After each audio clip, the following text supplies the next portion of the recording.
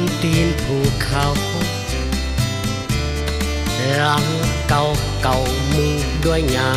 คายามฝนตกฝนหัวลงมาฟ้าด้านหน้ายังบ่มี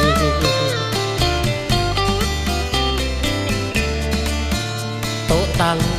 เฮ็ดด้วยไม้ไผ่ด้วยแห่งใจปะสะส้นตีนเขา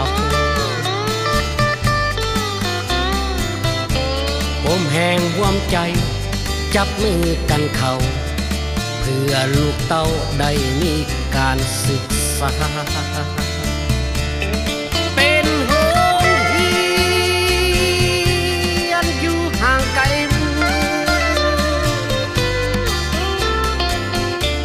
ขาดแคลนขัดเคืองในหลายปัญหาเส้นทางยาวไกลจนเหลือคันนายามฝนที่ตมทายามแล้งที่ฝุ่นคุ้มโรงเรียนตีนภูเขา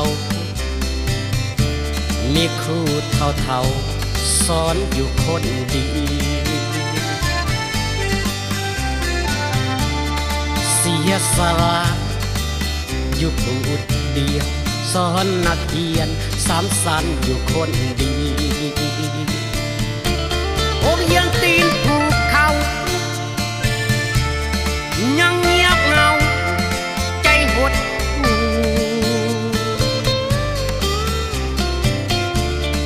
ถ้าจะถามจะบอกให้ฮู้โรงเรียนหลังนี้ยังขาด